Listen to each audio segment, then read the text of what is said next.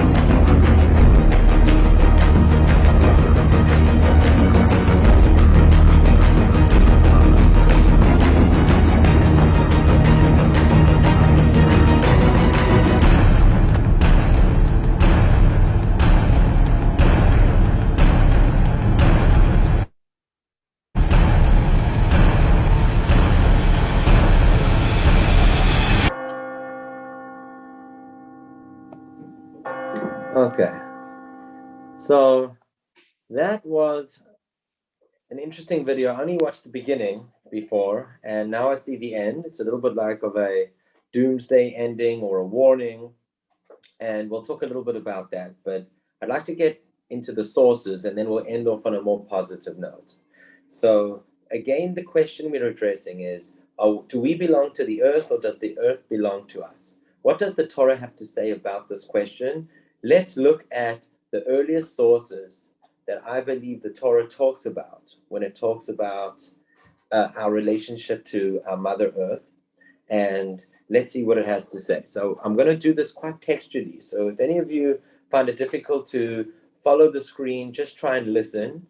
But I do think some people might appreciate seeing it in the verses themselves from the Torah and then thinking, what do these verses mean? What do they mean to you?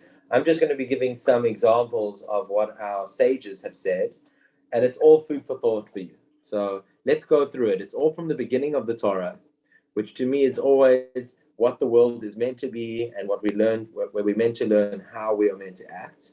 So here it is. Does the earth belong to man, or do we belong to the earth?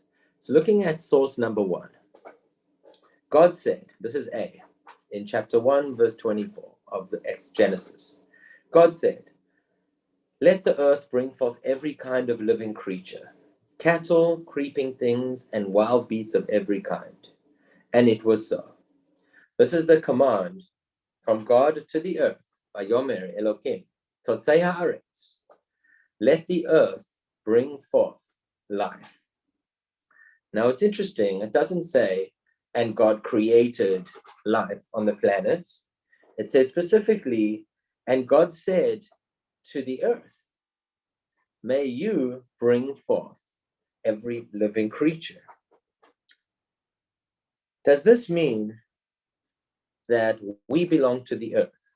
As if to say the earth was involved in our design, and not even just our design, but actually bringing forth the energy, the minerals, the nutrients, the chemicals, whatever else was needed to shape a human being. Seemingly to me, on first glance, is that we belong to the earth, because the earth is creating us, we're not creating the earth. The Radak on this verse, the famous rabbi, the Radak, he says, interesting statement, that the earth complied with God's directive in producing these creatures, including us. I'll say that again, that the earth complied with God's directive. Unbelievable statement. The earth complied, as if to say the earth had a choice. It didn't need to comply, but it complied. It could have complied, it could have not complied. And the fact that it says, "and it was so," implies that the earth complied. That seems to suggest, according to the Radak's reading, that we belong to the earth because the earth was involved in creating us. It was a directive from God for the earth to produce humans. So we come from the earth, we belong to the earth. That's seemingly the way that you could read that source number A. Let's try and get a different read from source B. This is in chapter 2 of Genesis, verses 4 and 5. It's talking about when the human beings arrived on this planet, what was the story with the plants? So such is the story of heaven and earth when they were created, when God made earth and heaven. When no shrub in the field was yet on earth, and no grasses of the field had yet sprouted, because God had not sent rain upon the earth, and there were no human beings to till the soil. Unbelievable. There was no water yet to allow the plants to grow. Why? Because they only needed to grow, and they only really needed to be there when the human being was there to till the soil. That seems to suggest the opposite, that the earth was there to belong to us. It only started bringing forth its own life in this form of vegetation when we arrived, because before that there was no water. There was only a necessity for water to come on the earth and give the nutrients and the energy to the plants when we arrived. It's interesting because the rabbis comment on various stages of this. Some opinions say that there was seeds in the ground until the humans were there, but they hadn't yet sprouted. Others say that the plants were created full on the planet, but they weren't growing until a human being was there to till the earth and allow it to grow. Just on a side note, a few verses later, a verse of the section B, it says, and God commanded Adam to la'ovda u'lashomra, to protect, to work the land, to work this garden and protect the garden. What is the difference in working and protecting a garden? This is the first directive given to humans in reference to the Garden of Eden. You've got to work it and you've got to take care and you've got to protect it. So once again, the Radak has an interesting statement. He says, don't think that in the Garden of Eden, the humans were meant to be on a retreat and letting everything happen for them. They're sitting back on their lilos on the river and looking up at earth and just enjoying themselves. No, they were meant to be working the garden to make sure that the things grow as much as they can, to make sure that it's protected from pests and insects and other things that are going to eat it. But bottom line is it was still enjoyable. It was still not so difficult, and the earth was just a platform for spiritual growth. So yes, they had to work it, but the principle or the main part of their day was not part of working the land.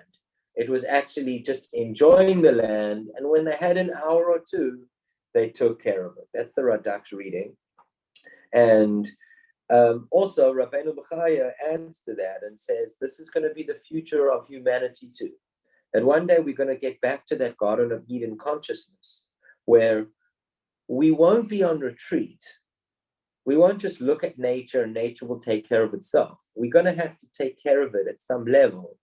But most of our time is going to be spent on spiritual endeavors of contemplation and meditation, not having to work and feed our bodies. Okay, so that's the second source that seems to suggest the opposite of the first one. The first one seems to suggest that the earth was involved in designing and creating us, therefore we belong to the earth. And the second source seems to suggest that the plants were only given their water when we arrived, because really all of it belongs to us. And without us, there is no reason for it to be there. Let's look at a third source. This is in chapter 3, verse 17 of Genesis. It says, this is when it comes to after the eating of the fruit, the snake is cursed, then Eve is cursed, and this is the third cause given to man. To Adam, God said, because you did as your wife said, and ate of the tree which I commanded you not to eat, cursed be the ground because of you. By hard labor shall you eat of it all the days of your life. Here it says, the earth will be cursed because of you. Now, the simple read of that is that the earth is not conscious. The earth didn't do anything wrong. It's just that the humans did something wrong. And in order to punish the humans, it says, the earth will be cursed because of you. Now you will have to deal with thorns and thistles, and you'll have to get your hands dirty and bloody in order to produce fruit and vegetables. Before that, maybe it was meant to be a pleasure. That's the simple reading of the verse. But the Chizkuni, as well as others, change it on its head. They kind of ignore the Bavurecho. They've got a different understanding of cursed is the earth on account of you. And they just read the words, cursed is the earth, as if to say, the earth itself was getting its own independent curse. Adam got a curse that there would be thorns and thistles on the ground, but the land itself would receive a curse itself, as if to say that the land has a conscience. The land is its own entity. It's not just a place that we stand on and whatever we do, it gets cursed because of us, but rather it itself gets cursed because it did something wrong. Well, what could it have done wrong? So that is a common something that our sages go into. And on this particular event, the Chizkuni brings a verse from early in the Torah, I think it's chapter 1, verse 11, which says that when God commanded the trees to produce fruit, it says, Eitz pri or ser pri, let it be a fruit tree that produces fruit. What does it mean, a fruit tree?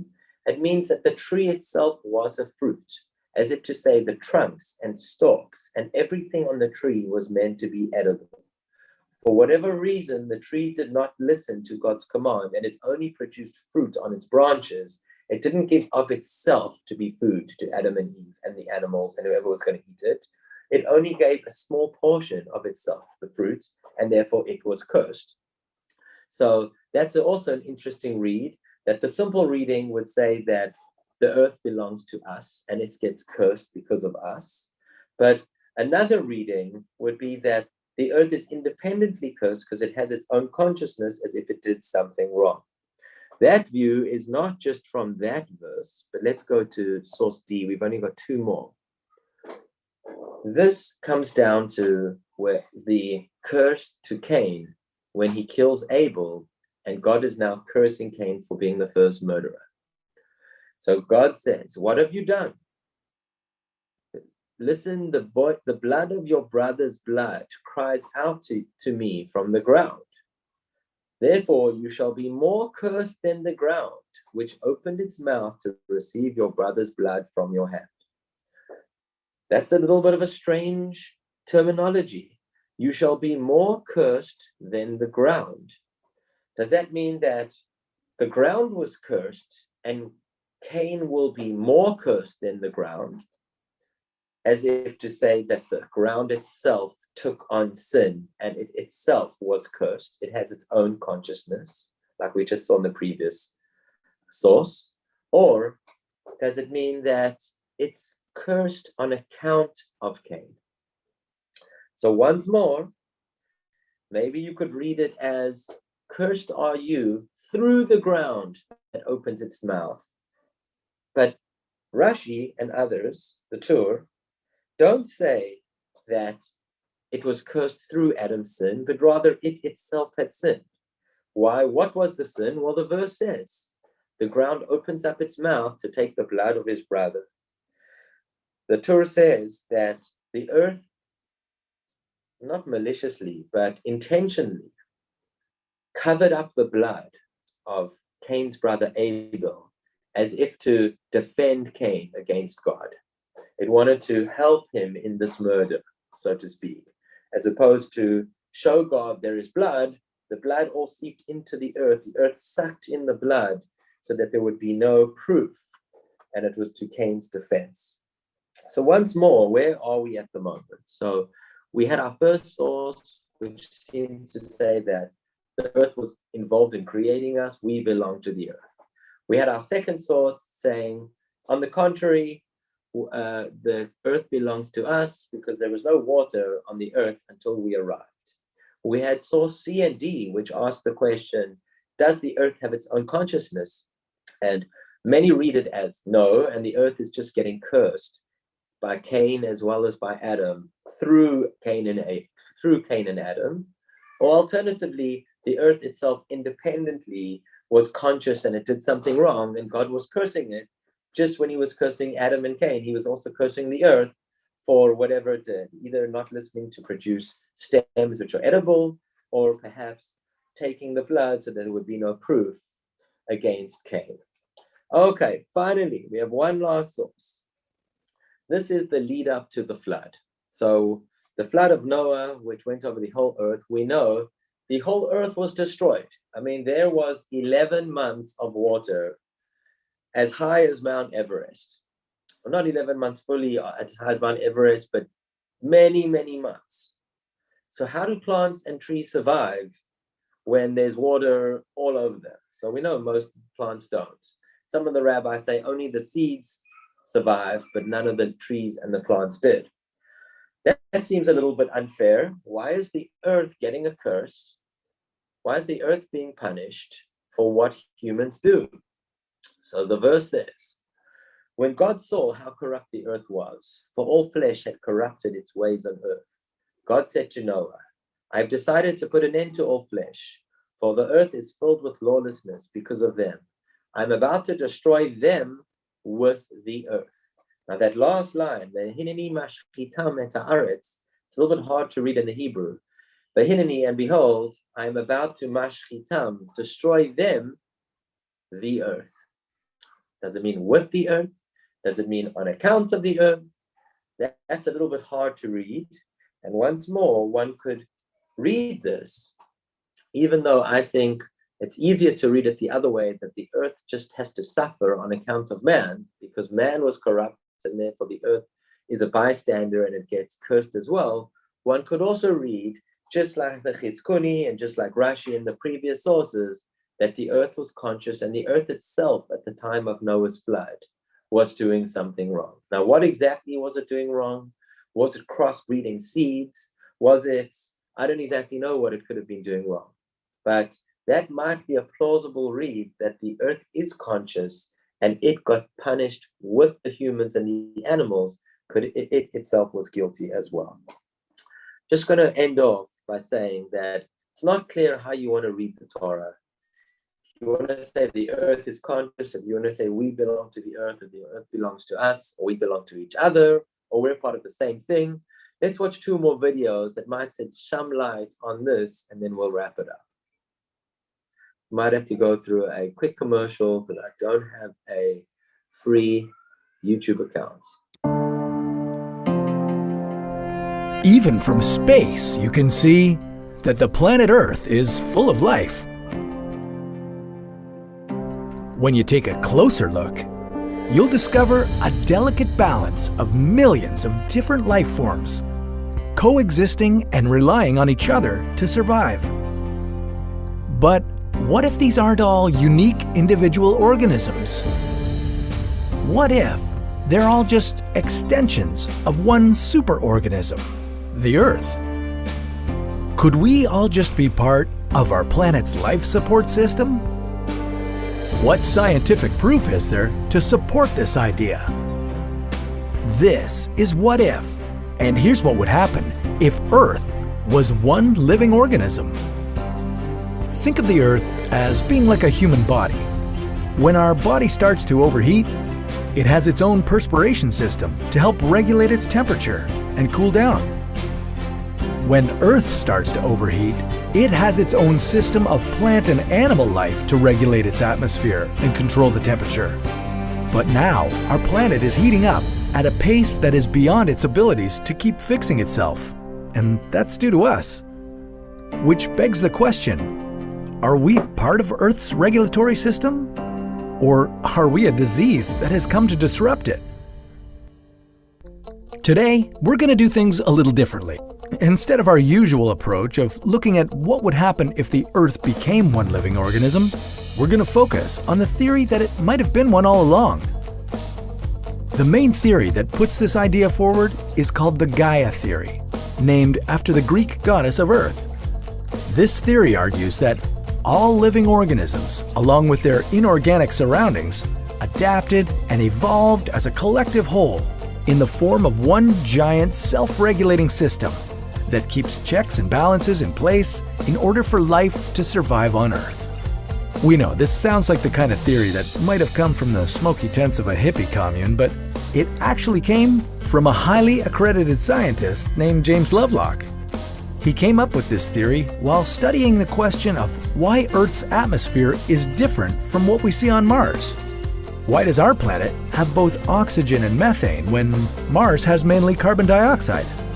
His thinking is that since oxygen comes from plants and methane is the result of bacteria, the Earth is regulating its atmosphere, providing oxygen to support life and methane to help maintain a livable temperature. Over the years, he found more instances of the Earth basically keeping itself alive, and his theory started to attract prominent supporters, such as former US Vice President Al Gore. But despite all the people who supported the Gaia theory, there were far more critics who dismissed it. One such critic is an evolutionary biologist named Dr. Ford Doolittle. Yep, Dr. Doolittle. He argues that the entire theory violates the scientific method since it only provides ideas, but offers no real explanation of exactly how organisms could act together to maintain a balance of life on Earth. As it stands now, this is a matter that's still up for debate, but the opponents of the Gaia theory probably hold the edge. If nothing else, the Gaia theory can at least be beneficial to our society as an ideal to encourage people to take better care of our planet. If we look at ourselves as being a part of our planet's regulatory system, then we might choose to make more conscious decisions to aid that system, rather than to destroy it. Maybe one day we'll look back at the Gaia theory as the beginning of a better understanding of our role on Earth. But that's a topic for another What If. Okay, and to end off with one of my favorite series on Netflix, Once Upon a Time. This is My the biggest one dream was to that have a family, filmed from and I have a family right now. And a place called home. Sorry, 5 more seconds. Just gonna have to enjoy this chocolate while it's advertised in front of us.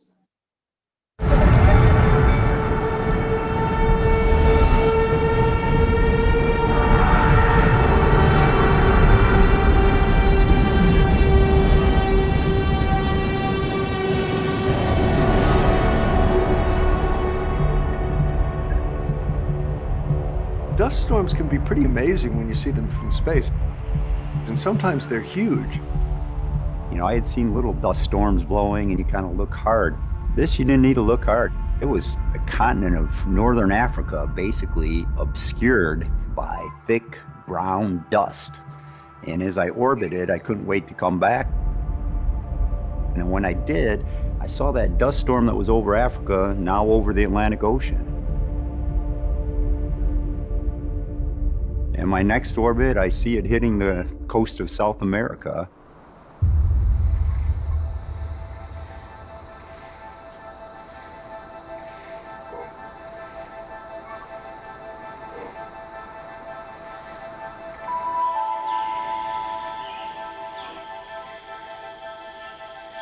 Every year, about 27 million tons of that African dust we can see from orbit drops out of the sky into the Amazon basin. And it turns out it's the perfect fertilizer.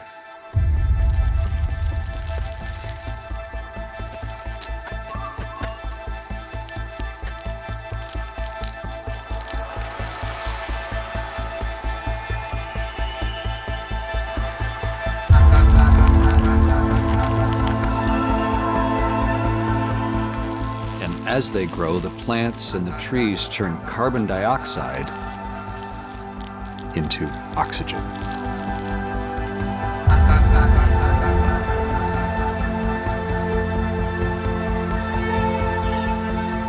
One single tree can produce enough oxygen to support 2 people.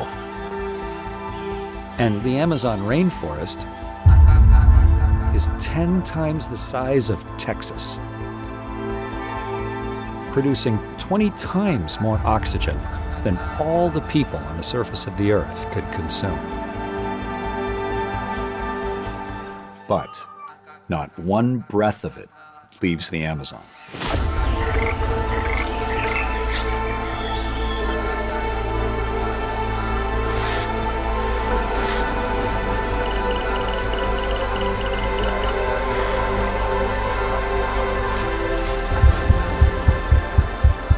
There are so many animals living in the Amazon basin that the life there uses all that oxygen up. For all these years, I've been thinking the rainforest is the lungs of the planet. Now, sure, it makes a lot of oxygen, but it uses it all. The rainforest does help us breathe, but not because of air. There's a river in the Amazon. No, not that one. There's another river. A river in the sky. Okay, so that's just a little teaser to what you would see from this National Geographic planet, where you see from the sky, looking down on Earth, what they're seeing. So in summary, we started off with the question, do we belong to the earth or does the earth belong to us?